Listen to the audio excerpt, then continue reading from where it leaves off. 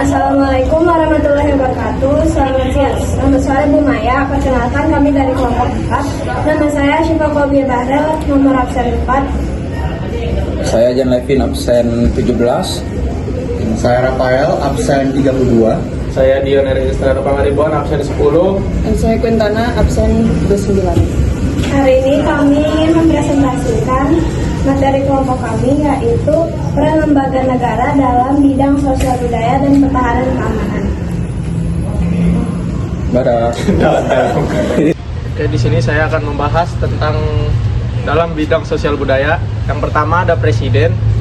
Presiden menetapkan kebijakan nasional dalam bidang pendidikan, kesehatan, dan kebudayaan, serta menjaga persatuan bangsa dan melestarikan kebudayaan Indonesia yang tercantum dalam pasal 4 ayat 1, pasal 31, dan pasal 32 Undang-Undang Dasar 1945.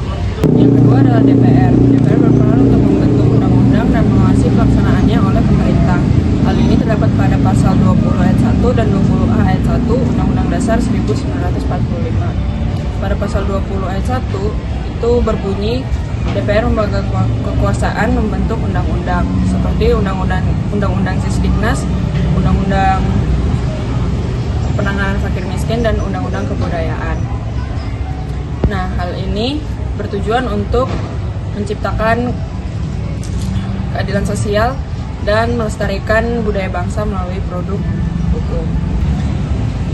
Pada pasal 20A ayat 1 itu berbunyi DPR memiliki fungsi legislasi, fungsi pengawasan, dan fungsi anggaran. Kalau fungsi legislasi itu untuk membentuk dan membahas undang-undang. Kalau fungsi anggaran untuk menyetujui alokasi APBN. Dan kalau fungsi pengawasan itu mengawasi kebijakan pemerintah dan mengawasi pelaksanaannya dalam bidang sosial budaya. 3. Pemerintah daerah. Pemerintah daerah mengembangkan budaya dan menyelenggarakan layanan pendidikan dan kesehatan sesuai otonomi daerah. Tercantum dalam pasal 18 ayat 2 dalam Undang-Undang Dasar 1945 yang berbunyi, pemerintahan daerah provinsi, daerah kabupaten dan kota mengatur dan mengurus sendiri urusan pemerintahan sesuai asas otonomi dan tugas pembantuan. Selanjutnya yang keempat, Kementerian Pendidikan Kebudayaan, Riset dan Teknologi. Kemendikbudristek mengelola pendidikan di bidang nasional, melestarikan budaya, dan mengembangkan iptek yang tertulis di pasal 31 ayat 3 dan pasal 32 ayat 1 Undang-Undang Dasar 1945. Yang kelima ada Kementerian Sosial. Kementerian Sosial menangani kesejahteraan sosial, bantuan sosial, dan perlindungan terhadap kelompok rentan sesuai dalam pasal 34 ayat 1 dalam Undang-Undang Dasar 1945 yang berbunyi, fakir miskin dan anak-anak yang terlantar dipelihara oleh negara. Oke, lalu yang kedua kami akan membahas tentang bidang pertahanan keamanan dan negara.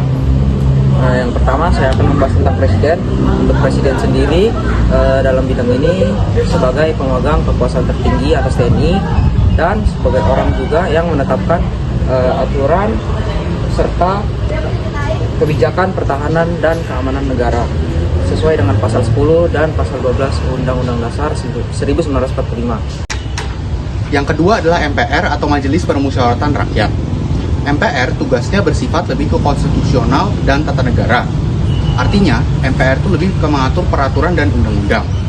Dalam hal ini, MPR ini bertugas untuk mengatur Undang-Undang Dasar 1945 agar bisa menjadi dasar, agar bisa menjadi fondasi untuk membangun kebijakan-kebijakan yang berhubungan dengan pertahanan dan keamanan di Indonesia. Tugas MPR ini sudah diatur sebagaimana di dalam pasal 3 ayat 1 dalam Undang-Undang Dasar 1945. Pada bidang pertahanan dan keamanan itu ada DPR. Nah, DPR itu berperan untuk membentuk undang-undang, menyetujui anggaran, dan melakukan pengawasan dalam kebijakan pemerintah pada bidang pertahanan dan keamanan.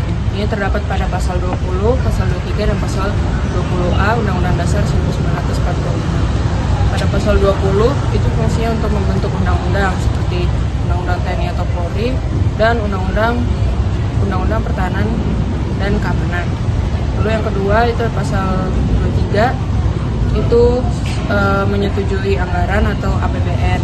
Dan yang ketiga itu pada pasal 20A itu adalah pengawasan, dia mengawasi kebijakan pemerintah dalam bidang sosial, dalam bidang pertahanan dan keamanan. Nah, ketiga ini saling terkait untuk mempertahankan kedaulatan dan keamanan negara. Yang keempat adalah Menteri Pertahanan. Menteri Pertahanan ini tugasnya lebih ke sebagai executor. Artinya, dia lebih ke melakukan hal-hal yang berhubungan langsung dengan pertahanan dan keamanan. Dia lebih ke melakukan perencanaan dan execution dari kebijakan pertahanan dan keamanan. Contohnya, dia bisa menyediakan aset-aset yang dibutuhkan untuk pertahanan dan keamanan. Dia menyusun strategi untuk pertahanan dan keamanan, dan dia juga bisa mencari antisipasi dari ancaman dari luar. Lalu untuk yang kelima, saya akan membahas tentang Polri atau yang lebih sering kita sebut sebagai Polisi Rakyat Indonesia. Polri sendiri dalam bidang ini bertugas sebagai penjaga keamanan, menertibkan masyarakat, serta sebagai penegak hukum yang tertera sesuai di dalam UUD 1945 dalam pasal 30 ayat 4. Lalu untuk yang terakhir, yang keenam adalah TNI atau yang lebih sering kita sebut sebagai Tentara Negara Indonesia, berperan untuk menjaga keutuhan dan kedaulatan NKRI dari ancaman militer yang sesuai dalam pasal 30 ayat 3 dari Undang-Undang Dasar 1945. Sekian presentasi dari kelompok kami, kurang lebihnya mohon maaf. Wassalamualaikum warahmatullahi wabarakatuh. Yeay.